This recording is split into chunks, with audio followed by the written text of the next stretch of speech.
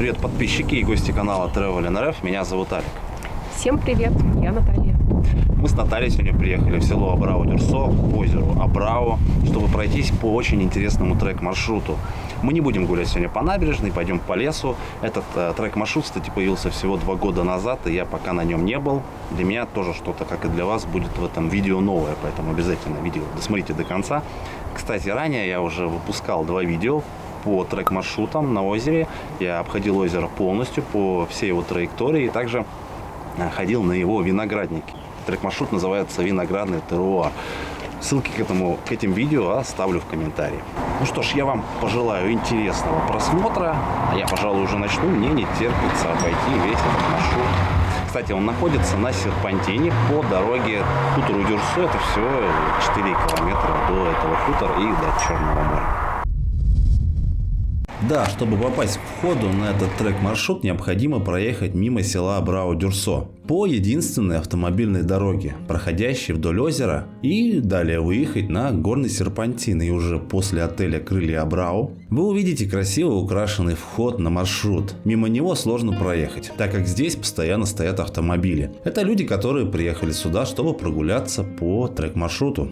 К сожалению, парковка небольшая, да и больше ее физически не сделать, к сожалению. Поэтому многие паркуются вдоль дороги, нарушая правила парковки. Но волноваться не стоит. Полиция в Новороссийске и Геленджике, по моим наблюдениям, субъективным, конечно, работает плохо. Поэтому вряд ли кто-то вас приедет сюда штрафовать.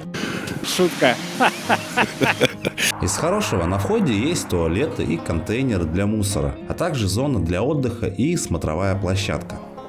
Этот маршрут, как я уже упоминал, был создан 2 года назад благодаря фонду развития «Жизнь Абрау-Дюрсо» и спроектирован Ростовским Южным федеральным университетом. Вообще в Абрау расположено 8 трек-маршрутов.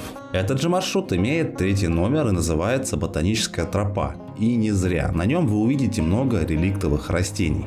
Нужно сказать, создатели неплохо постарались. Маршрут очень комфортный, легко проходимый. Даже, полагаю, для людей с физическими ограничениями, пожилых людей и для детей. По сути, он делится на 3 маршрута: верхний, средний и нижний. В самом начале вы сможете выбрать, идти ли вам по среднему маршруту или по нижнему. Я бы вам посоветовал начать со среднего.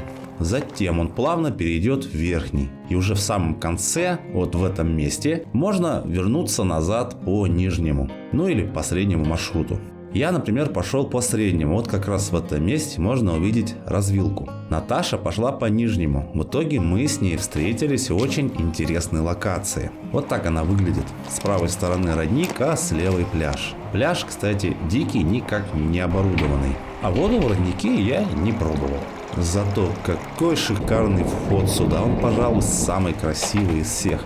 Оформлен просто мое почтение. Вообще вот таких красивых локаций здесь много. Я сейчас говорю о зонах для отдыха. Есть тут на маршруте и освещение, но его как-то мало. По сравнению, например, с трек-маршрутом в Геленджике. Это трек-маршрут Маркот. Ссылку на видео об этом маршруте я сейчас прикреплю.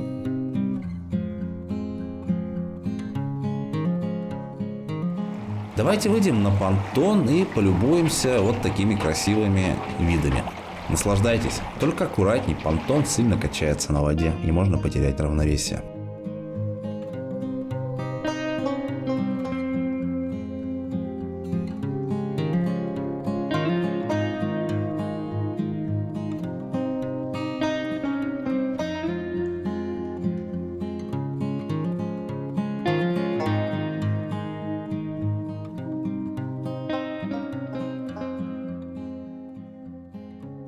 А какая у озера непроглядная бирюзового цвета вода. Это, кстати, из-за известняка, который растворяется в воде и придает ей такой вот цвет. Как я уже сказал, вдоль всего маршрута вам будет предоставлено множество зон для отдыха. И даже разного типа. Где-то с водой. Где-то будут просто скамейки и стол. А где-то даже вот такая двухъярусная обзорная площадка с огромным столом для большой компании. На многих, как я их назвал, проходных зонах отдыха вас ждет информация о флоре данного места. Можно остановиться, спокойно отдохнуть и прочитать полезную информацию, расширив свой кругозор.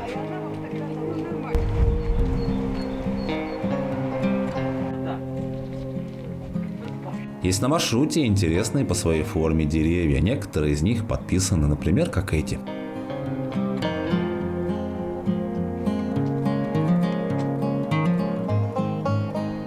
В целом маршрут достаточно информативный, хоть и короткий, но это для нас с Наташей он коротенький. Кому-то будет в самый раз. Его общая протяженность 3 километра 800 метров, а сложность составляет 1 из 4, так указано на официальном сайте Абрау-Дюрсо. Начало и конец маршрута находятся в одном и том же месте.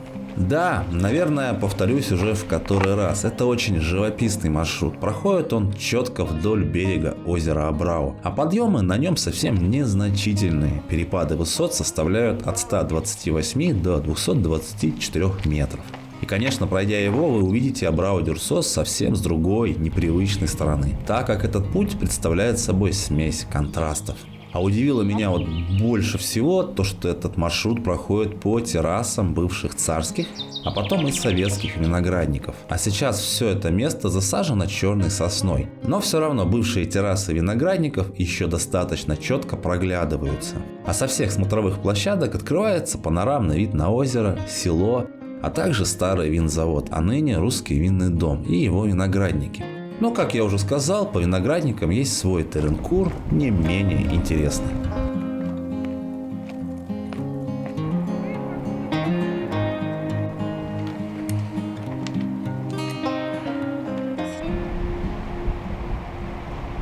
А мы уже подходим к концу нашего пути. Всего мы потратили на преодоление этого маршрута 3 часа. Это с остановками, перекусом, ну и съемка этого ролика, конечно, заняла свое время. Надеюсь, вы это оцените.